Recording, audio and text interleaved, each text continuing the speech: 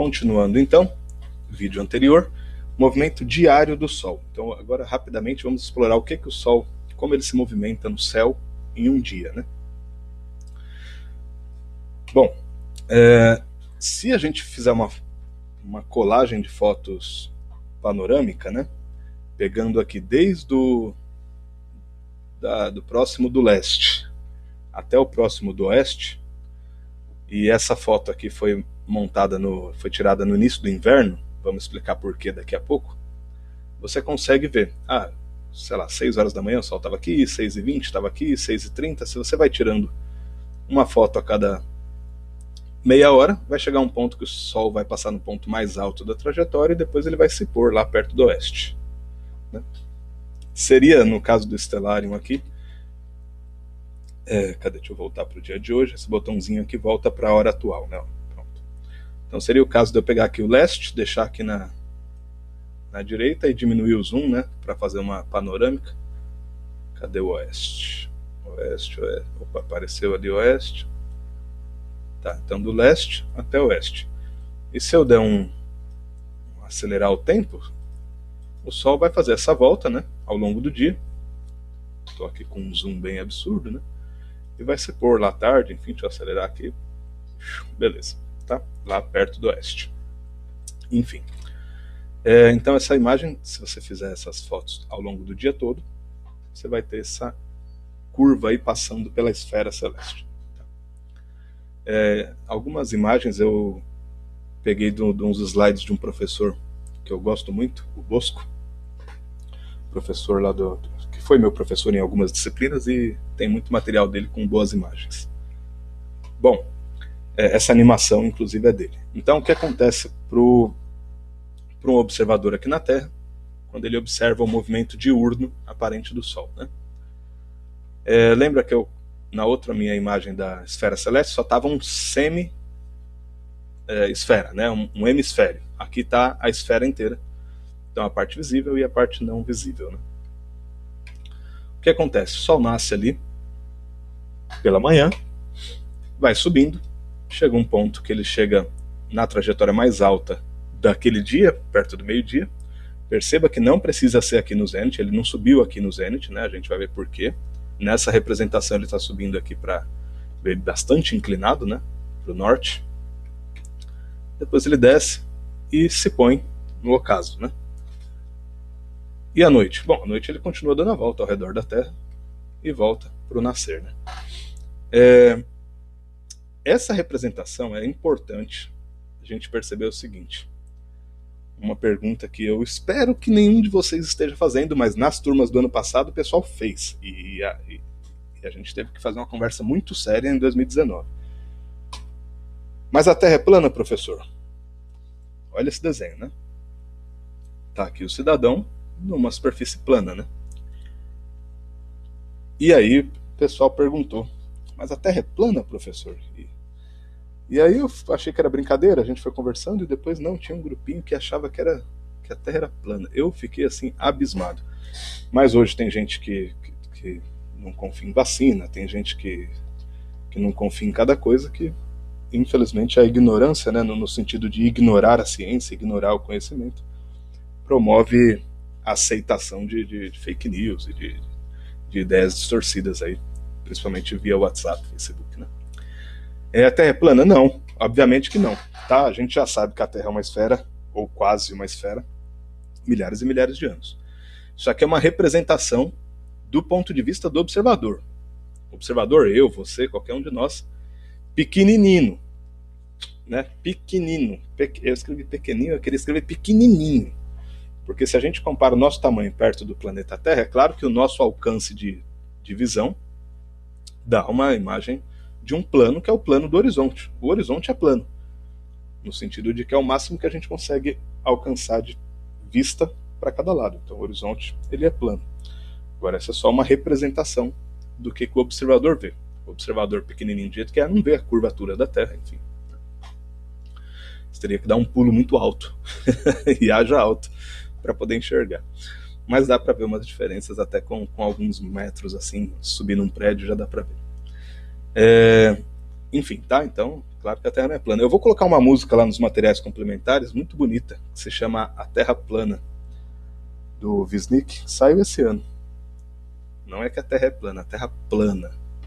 Ela, do verbo planar. Ela flutua. É muito bonita a música. Vamos lá.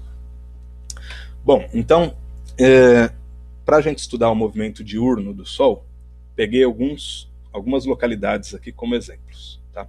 Lembra que eu comentei, né?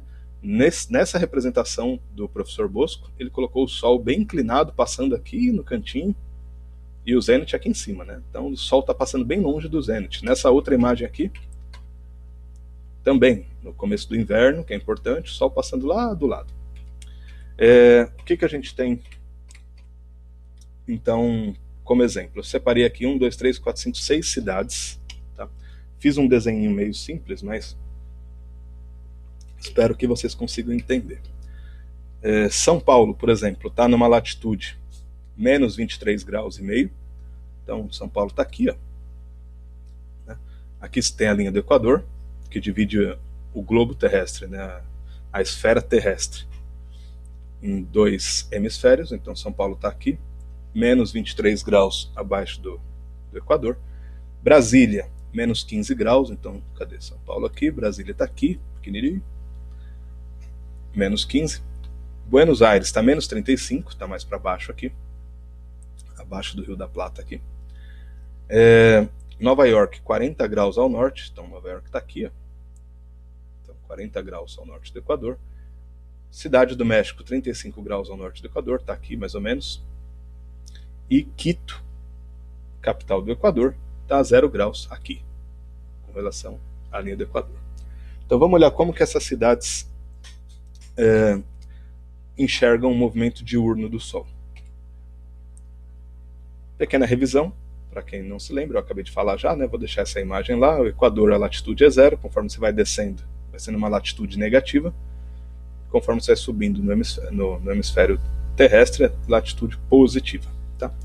Longitude é com relação aos meridianos. Tá? Isso deixa para depois. Geocentrismo ou heliocentrismo? Tá? A gente está estudando isso aqui do ponto de vista da Terra no centro do universo ou do Sol no centro do universo. Da prática, tanto faz latitude e longitude, porque a gente está preocupado com o formato da Terra, não se ela está parada ou está girando. Tá? Então, do ponto de vista geocêntrico, que é o que a gente está estudando, não tem nenhum problema, não tem nenhuma diferença trabalhar com as latitudes e longitudes, ou se estiver no ponto de vista heliocêntrico também dá no mesmo. Tá? Considerando a Terra como uma esfera perfeita, dá para a gente dividir esses 180 graus aqui bonitinho. Bom, então no caso de São Paulo, o que acontece? São Paulo tem uma latitude, está numa latitude no planeta de menos 23,5 graus. O Sol nasce aqui no leste, e aí ele sobe inclinado assim, passa num ponto mais alto e desce aqui no oeste. Então repare a inclinação que o Sol está subindo. Essa inclinação dá para a gente medir perfeitamente. Tá? E dá 23,5 com relação à vertical. É coincidência? Que o Sol aqui sobe com a inclinação de 23,5 para a esquerda e se põe aqui com 23,5. E a latitude de São Paulo também é 23,5? Não é coincidência, tá? Isso é uma obviedade. Tá? É justamente essa inclinação que define a latitude de São Paulo.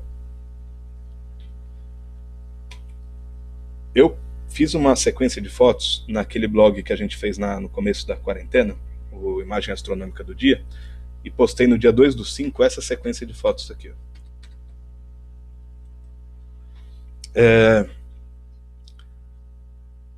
Tirei uma foto daqui da janela do meu escritório. 6h57 da manhã, o Sol estava aqui. 7h04 estava aqui.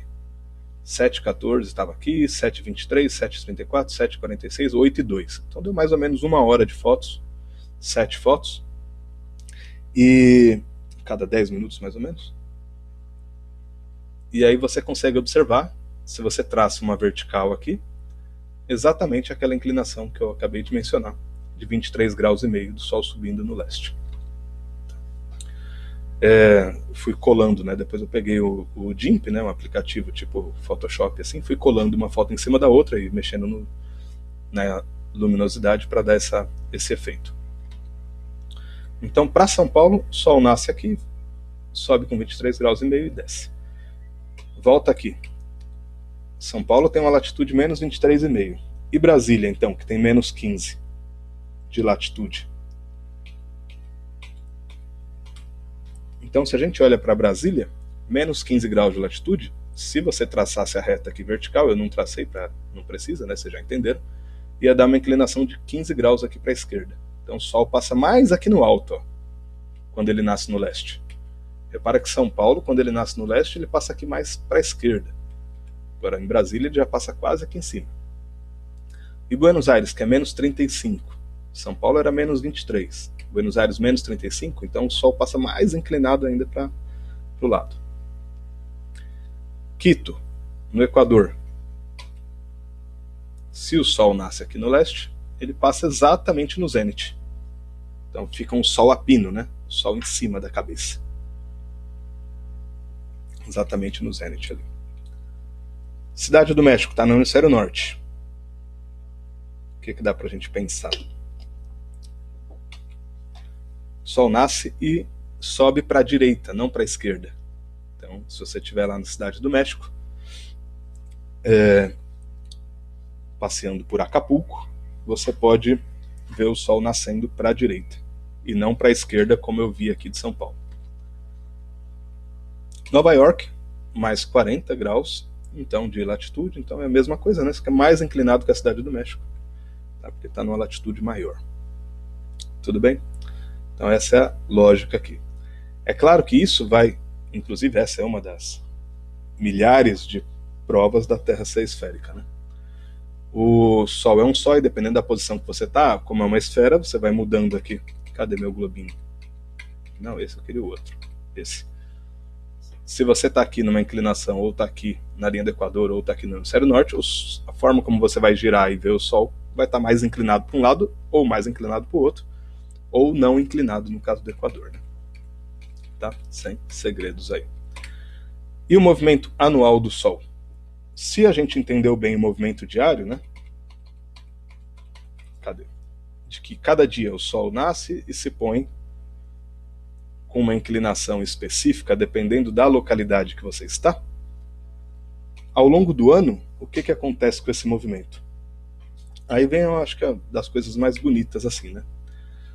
Num certo dia do ano, essa animação também do Bosco, num certo dia do ano, o Sol nasce aqui 6 da manhã, exatamente no leste.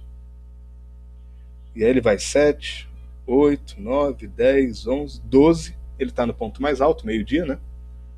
Aqui está inclinado um pouco para a esquerda, então é alguma cidade no hemisfério sul. Depois à tarde ele vai se pôr, e lá para as 18 horas ele se põe no oeste. Isso acontece em um dia do ano, não em todos. Na verdade, só em 2 dias, que ele nasce no leste e se põe no oeste.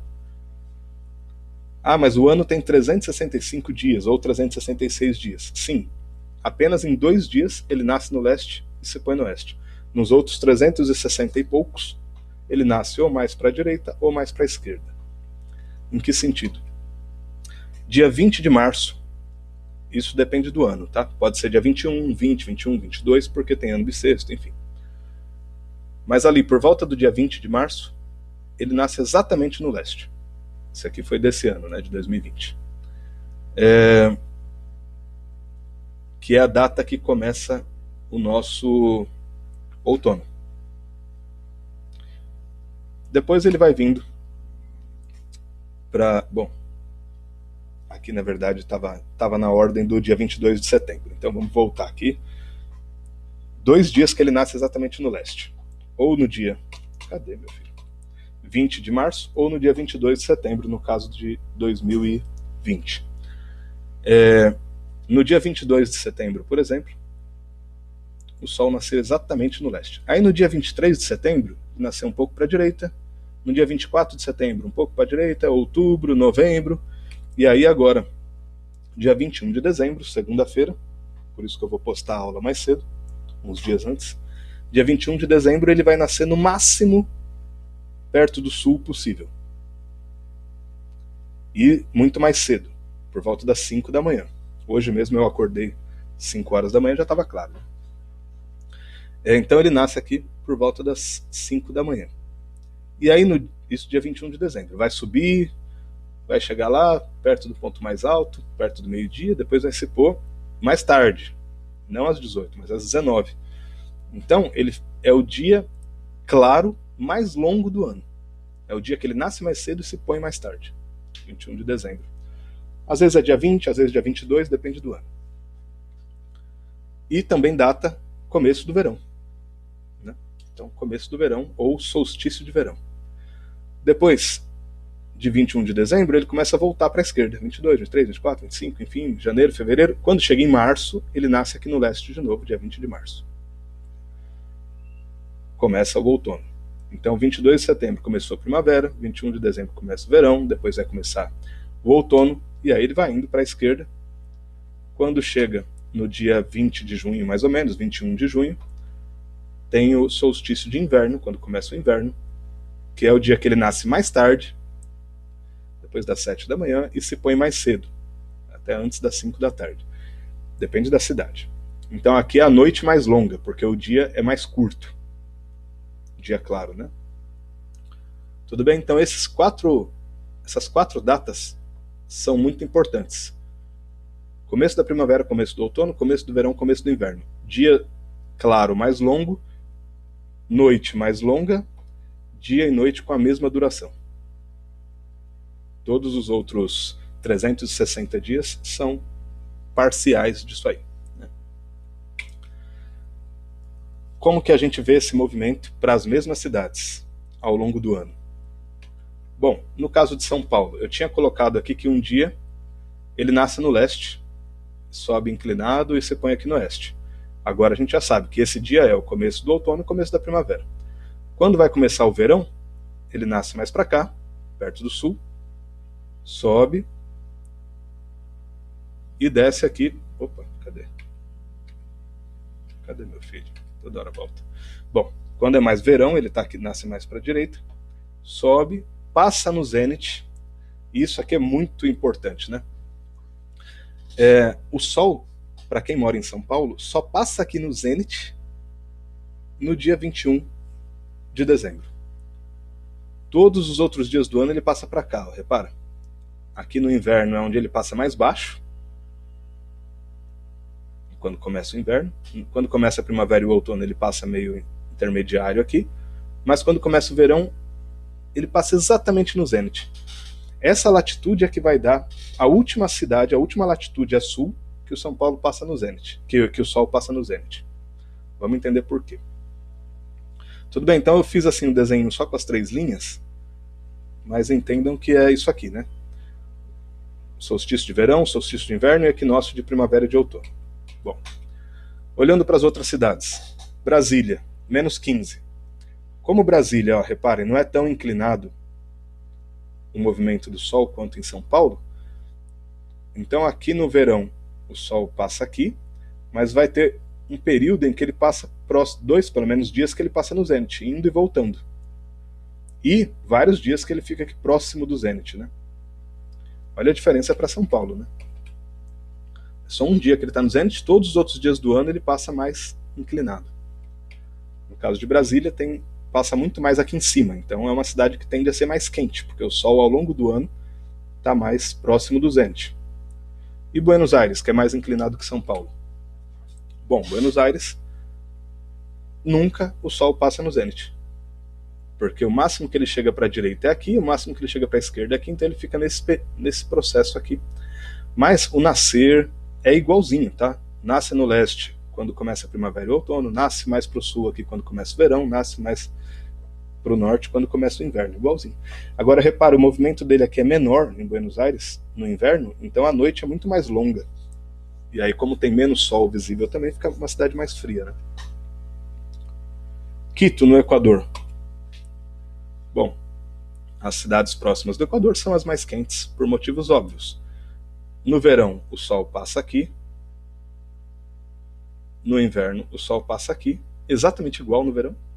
Então, tem cidades na linha do Equador que aqui é verão, aqui é inverno. Tem cidade na linha do Equador que aqui é inverno e aqui é verão. Tá? Então depende da cidade, como que padroniza por uma questão social. E na primavera e no outono é que o Sol passa aqui. Então, o ano inteiro, o Sol está aqui, passando sempre próximo do zênite. Então, são cidades mais quentes. Haja vista o Nordeste brasileiro, o Norte brasileiro. É um sol de rachar, porque está próximo do Equador. Cidade do México. Então, Cidade do México está no hemisfério norte. Então, aqui, ó, em dezembro, o Sol nasce aqui, dá essa volta. Só que é o dia claro mais curto, porque está inclinado para cá. Então lá é o começo do inverno em dezembro. Tudo bem? Diferentemente de Buenos Aires, São Paulo, Brasília, que é o começo do verão em dezembro, porque o Sol vai dar essa volta maior, vai ficar mais quente. E em junho é que é o começo do verão lá para eles, solstício de junho. Tem um erro nessa imagem. Como Cidade do México é 35 graus, o Sol não passa aqui antes do zênite, tá? Eu fiz aqui o desenho, ficou, acho que desconfigurou, porque até cortou a linha aqui. Deveria estar tudo para cá do zênite, tá? Nova York, um pouquinho mais inclinado, então 40 graus fica assim. Aqui eu precisaria corrigir, tá bom. Certo, então Nova York, 40 graus ao norte, então em dezembro começa o inverno deles e o Sol só dá uma voltinha, fica muito mais tempo de noite. Mais frio, né? Finalizando, eu coloquei uma imagem aqui que está um pouco melhor desenhada, só para vocês não se perderem lá no PDF. E o que o movimento anual do Sol define? Solstícios de verão, dia claro mais longo, e solstício de inverno, noite mais longa, como eu já disse. Equinócios de primavera e de outono, dias e noites com igual duração. Vê a palavra aqui, equi, significa igual, né, de equidade. Então, o equinócio é que tem o mesmo noite, o mesmo dia. E define o ano solar. Isso daqui é muito importante para a gente entender calendários. O Sol, para ele vir do ponto mais à direita, vamos voltar aqui para a imagem, para o ponto mais à direita aqui, no solstício de dezembro, até vir para o ponto da esquerda e voltar para o ponto da direita, para ele ir e voltar aqui, ele demora exatamente 365 dias, 5 horas, 48 minutos e 46 segundos. Vocês devem ter aprendido em algum lugar que demora 365 dias e 6 horas, né? Que aí a cada 4 anos a gente acumula 24 horas e soma um dia, que é um ano bissexto. Mas não dá exatamente 6 horas, dá um pouquinho menos. Então a cada 100 anos a gente vai tirar um dia. Em 2100 a gente vai tirar um dia. 2100 seria bissexto, não vai ser bissexto, para corrigir. Eu não vou estar vivo, vocês a maioria também não, mas quem estiver vivo em 2100 vai participar de um ano bissexto, que era para ser bissexto, mas não vai ser bissexto. Certo? Atividade da semana para finalizar. Lembrando que é uma quinzena, né? Tem 15 dias aí. Tá? Bom, essa atividade pode ser feita de 4 maneiras distintas. Você escolhe uma delas, tá? Então tem 4 opções lá no Moodle, você escolhe uma delas. Após realizar a atividade, você vai postar no blog, vai comentar, publicar lá no fórum o que você aprendeu ou o que você reaprendeu, revisou, tá? No fórum que foi criado lá no Moodle, incluindo uma imagem ou foto ou link da sua escolha. Lembra que tem 4 opções, tem algumas que é para você pôr link, outras é para pôr foto, enfim. Para todos poderem ver, incluindo eu, né? Como será a nota dessa atividade? Postou no fórum, comentando o motivo da escolha, com imagem e link? 10. Postou sem incluir imagem, ou link, ou as motivações? 5. Não postou? 0. O prazo, então, para fazer é do dia 21/12 até dia 4/1. Como tem dia 21/12, segunda-feira, tem 2 eventos importantes que eu coloquei nas opções lá, né, para vocês escolherem. Então eu vou postar essa aula um pouco antes, quem puder, tira a foto no dia 21. Mas também, se fizer as fotos no dia 22, 23, não muda muito, tá? Mas o solstício mesmo é dia 21. Beleza? Bons estudos, então, até o ano que vem, o ano civil, né? Até o ano civil que vem. E até o ano letivo a gente vai continuar ainda, né? Boas festas aí, se cuidem. Essa semana tive dois conhecidos que eu perdi para Covid, então continuem se cuidando, espero que ninguém perca mais ninguém.